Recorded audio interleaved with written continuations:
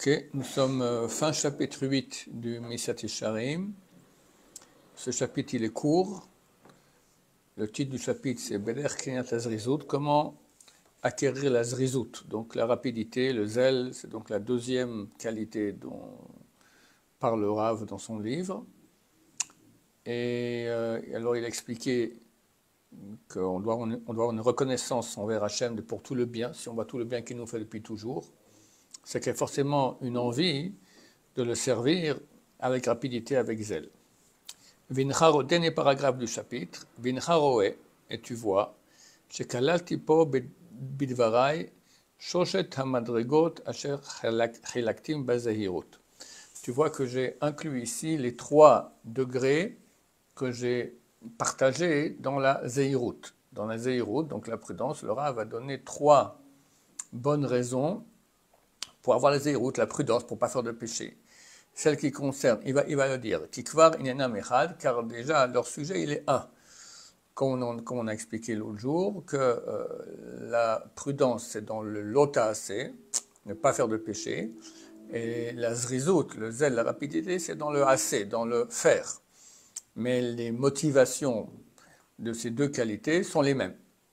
Il va d'abord la med minyano et chacun apprend de l'autre. Chez Shemei Hadat, alors c'est les 3 parties, les 3 catégories de gens qui sont réveillés par des motivations différentes, comme il a cité dans la prudence. Chez Shemei Hadat, pour les gens qui ont une conscience parfaite. Teya et Hara Mitzad Achova, leur réveil, leur motivation sera du point de vue de l'obligation, au Mitzad Erech HaMaasim V'Chashivutam, et de par la valeur, la grande valeur des actions, des mitzvot, leur importance. Donc, étant donné que ce sont des gens parfaits, ils veulent être parfaits, donc ils comprennent qu'il y a une obligation de faire ces mitzvot parce que Dieu a ordonné cela, et ils comprennent aussi la valeur de ces mitzvot. Donc, ils vont le faire par cette motivation. La prutim mehem, ceux qui sont plus bas de niveau, qui ne sont pas trop touchés par la perfection de l'être, mitzad haolam haba urvodo. Alors, ils sont réveillés par les promesses que la Torah donne à celui qui fera les mitzvot, qu'il aura un bon olam haba, urvodo, et le kavod qui est là-bas. C'est des gens pour qui le kavod est important. On leur dit, ok, alors au lieu de chercher un kavod ici qui est tellement futile et passager, et mensonger, prends le vrai kavod, celui d'être proche de Dieu, dans l'olam haba, qui est un monde infini. Chez l'autre, asigeo bouchal, yom agmoul, que la honte ne le touche pas, le jour de la récompense. Biroto atova shayachol asig veibda, quand il verra le bien qu'il aurait pu acquérir et qu'il a perdu. C'est terrible, d'accord? Quand on voit tout ce qu'on aurait pu faire, on ne l'a pas fait, on voit les récompenses qu'on a ratées. La proximité de Dieu pour l'éternité, c'est terrible. Vele hamon, et pour la multitude des gens qui sont ni à ce niveau 1 de perfection, ni au niveau 2 de vouloir avoir une bonne place dans l'olam haba, mitzad olam hazeh vetzrachav. Ça sera par rapport au olam hazeh, ce monde-ci et ses besoins. C'est clair qu'il y a une conséquence de nos actions sur olam hazeh. Tu te comportes bien, bah, tu auras des choses bien. Tu te comportes mal, tu auras des choses mal. Kidan shepirashi sham lemala, comme j'expliquais cela là-bas. Et nous... Oui. Je ne dis pas qu'il y a d'habitude les récompenses, on les a uniquement dans l'olam haba, on les a pas ici, et nos actions ici, elles n'ont pas forcément de... Alors, c'est vrai que les actions sont, les récompenses sont dans l'olam haba, mais il y a des choses dont les récompenses sont dans l'olam haba, mais les fruits sont déjà ici. On dit ça tous les matins dans la prière. C'est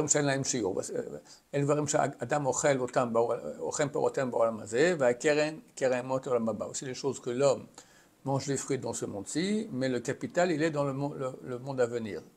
Talmud Torah, qu'est-ce qu'il y a là-bas? Achatnas Tochim, Bikur Cholim, Achatnas Tochim, voilà. Donc il y a toute une liste là-bas de choses dont on mange déjà les fruits ici, c'est clair. Nous passons au chapitre 9. Beveur mafside hazrizut va'achaka mehem. Les choses qui vont nous faire perdre le zèle et la rapidité. Je traduis toujours zrizout par zèle rapidité. Aucun des 2 mots est tout à fait précis. Va'achaka mehem, mais comment s'éloigner de ces choses-là qui nous font perdre le zèle et la rapidité.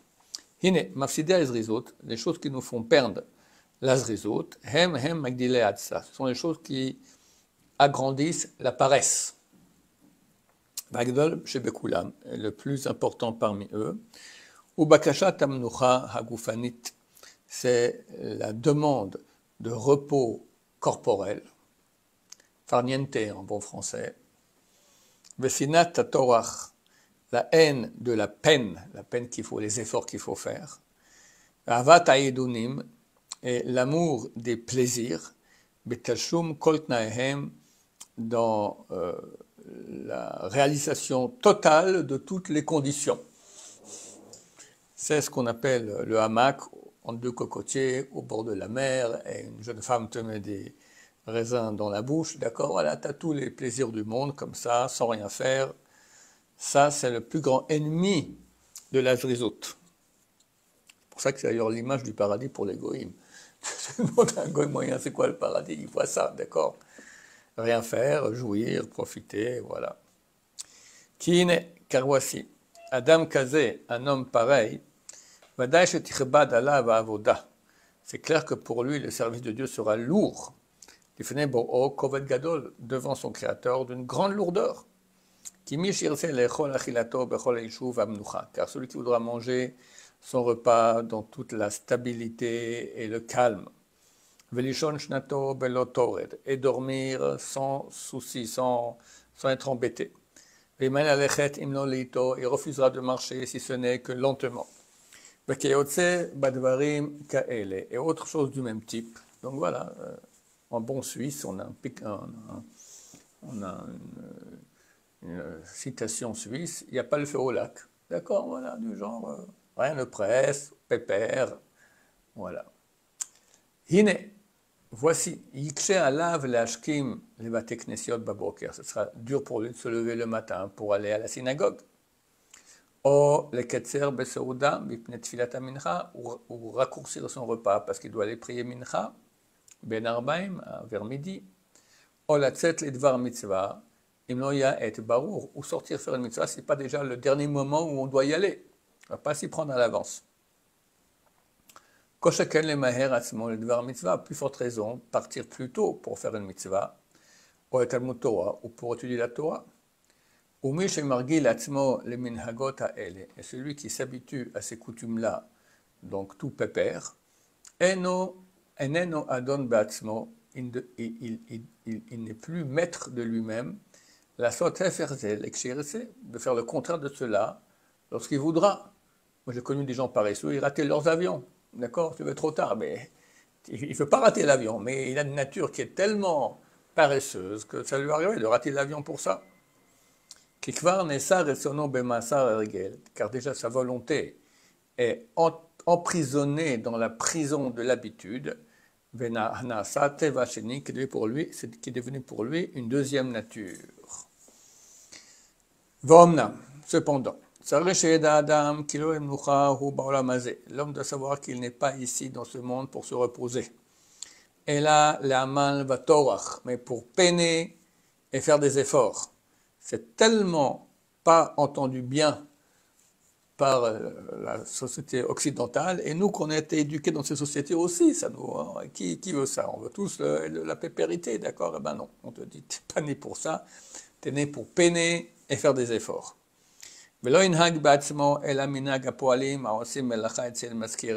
Et il faut qu'il ait l'habitude de se comporter comme les employés qui font un travail chez leur employeur. Kenyan Mashaya Omer, comme c'est écrit dans le Talmud, Agire de Yoma Anan, nous sommes des employés de la journée, tu es payé à la journée, à l'heure, d'accord, tu ne peux pas prendre tout à coup une demi-heure de repos au milieu de ton travail. De